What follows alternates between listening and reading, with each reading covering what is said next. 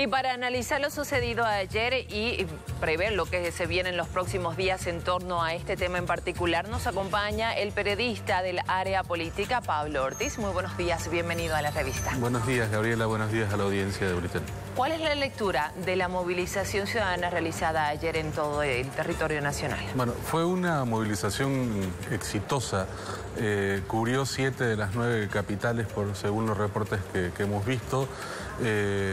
Se desarrolló con bastante contundencia, sobre todo en las ciudades del eje. Hubo marchas en otras ciudades y hubo caravanas en las que menos se movilizaron. Tendió a desbordarse, la zona más caliente fue La Paz, donde se llegó a un intento de toma del Tribunal Supremo Electoral y por el lado del gobierno se desconoce un poco la fuerza de esta movilización y por el lado de la oposición se toman el tiempo para definir nuevas medidas a tomar. Ese es el estadio que tenemos, salvo algunas cositas más algunos escenarios más de movilizaciones aisladas, como la toma del puente de Pailas en este momento. ¿Qué lectura debería hacer el gobierno de esta movilización? Una de las fortalezas de la movilización es el intento de desconocer o la minimización de la fuerza del paro que ha hecho el gobierno ayer. Esto le da pie a los opositores a que las movilizaciones sean cada vez más fuertes para hacerse escuchar. O sea, básicamente lo que la gente que se movilizó ayer quiere es hacerse escuchar por el gobierno y mientras más se lo minimiza, más se lo alentará a movilizarse en este tema. ¿Qué participación deberían tener los políticos opositores en esta reivindicación? ¿Es positiva o negativa para la medida en sí? Yo creo, Gabriela, que ya la tienen en realidad. Ayer veíamos a diferentes candidatos a las elecciones primarias participar de estas movilizaciones. Y en realidad lo que sucederá en la siguiente semana dependerá mucho de las cosas que hagan los políticos. Es decir, si todo esto se decanta por la vía política, es decir, por el voto, por las elecciones primarias, la situación callejera tenderá a disminuir.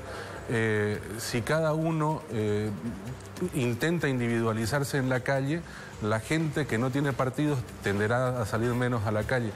Y lo que me imagino que sucederá es justamente eso. ¿Por qué? Porque ya estamos en una etapa electoral donde la mayoría de las plataformas que fueron apolíticas y contra la participación de políticos en otros contextos han elegido un partido o han elegido un bando, lo que vuelve a dejar nuevamente a la protesta ciudadana casi huérfana. Bien, pero hay un grupo, por ejemplo, que ya está bloqueando uno de los puntos. Hay grupos que se están concentrando, dejando de lado los partidos políticos aún, para seguir exigiendo su derecho al voto. ¿Cómo evalúa eso? ¿Se va a ir diluyendo en los próximos días entonces? En todas las movilizaciones sociales de Bolivia y en Santa Cruz en particular, el tema de estas fechas, de las fechas cercanas a Navidad, funcionan como un valium para las protestas. Creo que hubo una gran huelga de hambre en la plaza de Santa Cruz a finales de la década pasada, que se levantó justamente por la cercanía de la Navidad, donde estaban todos los cívicos, todas las autoridades. Si recordamos el año pasado, después del fallo del Tribunal Constitucional del 28 de noviembre, vinieron las elecciones judiciales, que funcionaron como una gran catarsis para los que estaban en contra de esa medida, y luego bajaron con la cercanía de la Navidad y se reactivaron luego en enero con un paro cívico que creo que fue como el 6 de enero y luego el 21 de febrero con un paro cívico que fue a escala nacional. Supongo que va a suceder otra vez lo mismo. Pero recuerdo, y están tomando en cuenta precisamente la reivindicación de los médicos en rechazo al Código Penal, que ya estaba incluso aprobado y que mantuvieron sus medidas de presión por tantos días, incluso obviando las fiestas de carnaval. Ese es el ejemplo ahora que han dado algunos políticos que debería repetirse. ¿Se podrá hacer? Pero estamos hablando de una protesta sectorial. Estamos hablando de un gremio defendiendo la posibilidad de que no lo juzguen en una ley especial, sino mantenerse en el actual código como estaba. Lo que aquí estamos viviendo es una protesta general que yo no sé si la gente va a dejar trabajo, va a dejar empresa.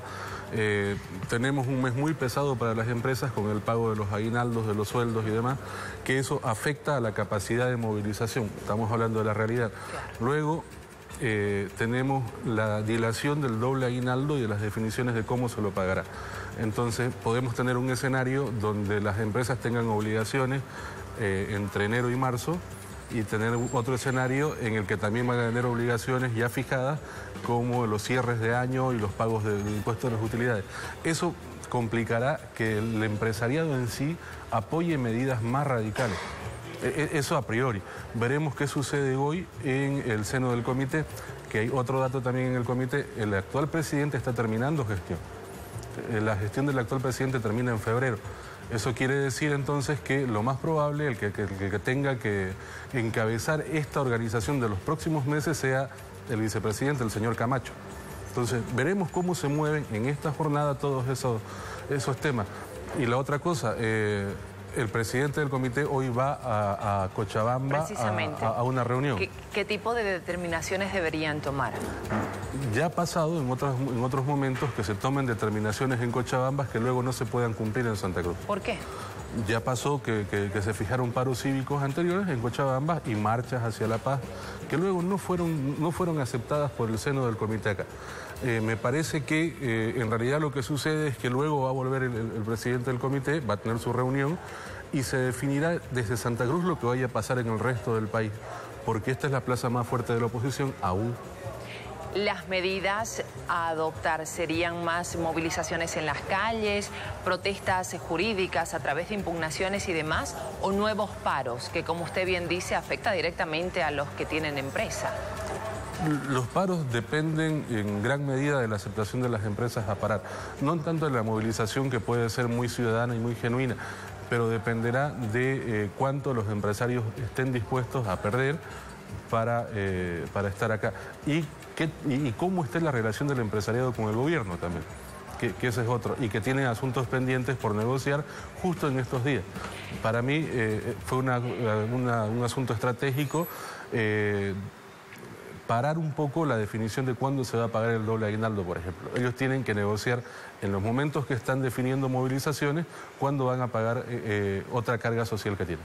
Eso entonces le da una cierta ventaja al gobierno para definir si se acatan más paros, se aceptan más paros o no. No sé si ventaja, pero sí le da armas de negociación en ese caso.